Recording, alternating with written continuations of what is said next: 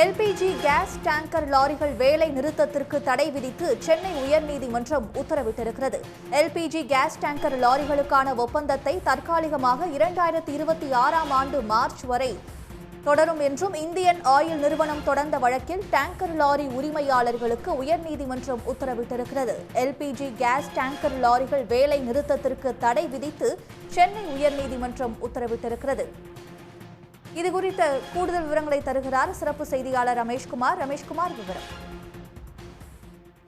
LPG எரிவாயு supply செய்யும் tanker லாரிக்கான அந்த ஒப்பந்தம் முடிந்ததை அடுத்து புதிய ஒப்பந்தங்களை வழங்க பொதுத்துறை எண்ணெய் நிறுவனங்கள் டெண்டர் கோரியிருந்தது. இந்த டெண்டர் நடைமுறைகளை முடிந்து பணிகள் ஒதுக்கும் வரை தற்போதைய ஒப்பந்தங்கள் 2025 அக்டோபர் வரையும் 2026 பிப்ரவரியும் நீட்டிக்கப்பட்டுள்ளன.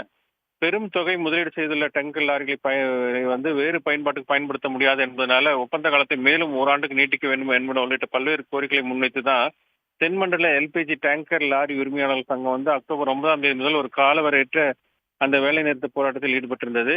இந்த வேலை நிறுத்த போராட்டத்துக்கு தடை விதிக்க கோரிதான் 3 பொதுத்துறை எண்ணெய் நிறுவனங்கள் தரப்புல சென்னை உயர்நீதிமன்றத்தில் தனித்தனியாக வழக்குகள் தாக்கல் செய்யப்பட்டிருந்தன.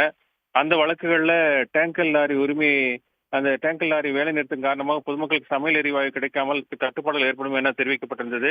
இந்த வழக்கு தான் நீதிபதி எம் தண்டபாணி முன்பு இன்று விசாரணைக்கு வந்தபோது எண்ணெய் நிறுவனங்கள் சார்பில் ஆஜரான கூடுதல் சொலிசிட்டர் ஜெனரல் ஏ.ஆர். சுந்தரேசன் அந்த புதிய டெண்டர் பணிகள் இன்னும் நிறைவடையாத காரணத்தினால தற்போதைய ஒப்பந்தத்தை 2026 மார்ச் மாதம் வரை நீட்டிக்க தயாராக இருப்பதும் இடைப்பட்ட காலத்தில் புதிய டெண்டர் நடைமுறைகள் முடிக்கப்படும் என்று தெரிவித்தார்.